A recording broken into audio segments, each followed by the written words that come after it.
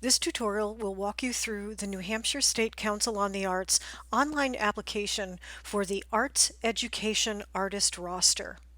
The tutorial assumes that you've already created a free account at submittable.com and have logged into the system. Before we get into the form, there are a few things you should know about the submittable system. First, it's strongly recommended that you complete the application using the Google Chrome or Mozilla Firefox web browser. If you don't have either of these browsers, they're easy to find with an internet search. Second, the submittable system is very stable and will auto-save your application, but we recommend that you save your application manually every 15 minutes or so, just in case. There's a Save Draft button at the bottom of the application that you can scroll down to. Once you've saved your application, you can continue working on it or sign out. Your application will remain active for 21 days from your last login. And finally, saving your application isn't the same as submitting it. You'll need to click the Submit button at the end of the application for us to receive it. Because you will be attaching documents to the online application, it's always best to complete them and save them on your computer before you start the application. There are 6 parts to this online application, and I'll go through each one. Fields marked with asterisks are required, and the system won't let you submit your application if they aren't filled out. This is really important. So the first section, Applicant Information. This is very straightforward. Just fill out all of the information that we're asking for here, including your primary artistic discipline, whether you're a citizen, etc., how long you've lived in New Hampshire. The second section is your education. Please fill this out completely, even if all of this information is on your resume. The next section is references. And we're looking for 3 professional references here. And again, please fill all of this out, even if the information is included with your resume or your CV.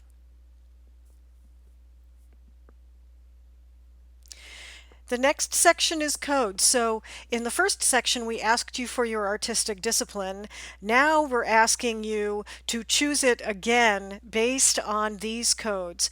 Our partner, the National Endowment for the Arts, requires that we collect this kind of information. If you have questions about these codes, feel free to reach out to your program coordinator. Now we come to the big document upload section, and this is where you're going to upload your narrative, your resume, work samples maybe, promotional materials, etc.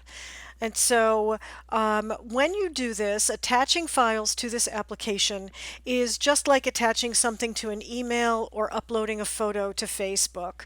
You click Choose Files, and a little window will open on your computer.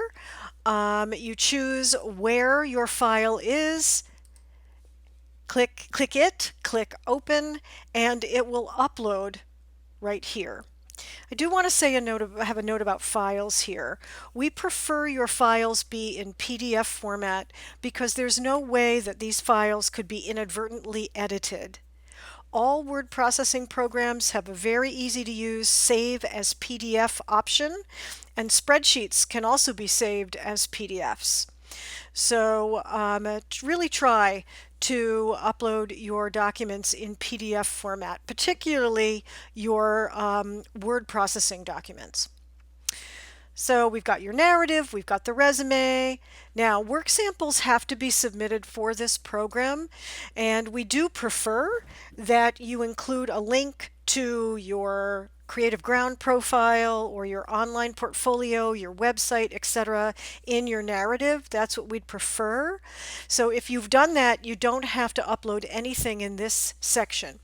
But if you do need to upload work samples, we'll take a whole bunch of different kinds of file types here, but if you're uploading more than one file, we would really like you to zip them up into one zip file.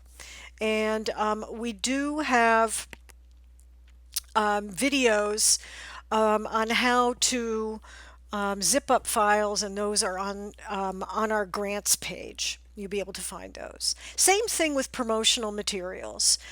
We'd like to see really a direct link in your narrative to those, but if you're uploading multiple files here, and we will take a whole bunch of different file types here, again, we prefer PDF. But some of them might be JPEGs or PNGs, and that's fine too. So if you do have multiple files, please zip them up. Your recommendation forms, we want recommendation forms from 3 individuals who are familiar with your work, and you can go to this link here to download that form. And again, we would prefer that once you fill it out, you save it as a PDF to upload here. Any letters of support can be uploaded here as well. Again, these are optional but very strongly encouraged. And again, if you're submitting more than one, we'd like to see them PDFs and zipped up. And then there is a background check disclosure form which you're required to fill out and attach here as well. And then finally we get to the certification, and this is your online signature. You click the agree box here, and then you'll be ready to submit your application. And so once you've completed everything, you've attached all of your documents, you can click the submit button. When you do, your application will be submitted and the system will send you a confirmation email. You may see something on the screen as well. If the system won't let you submit your application, it's probably because you haven't filled out all of the required fields or answered a required question. So you'll have to scroll up and see what you missed. If for some reason you submit your application before you feel like you're really ready, please contact the program coordinator because that person will be able to help you. So that's it. Please let us know if you have questions. We look forward to seeing your application. Thanks.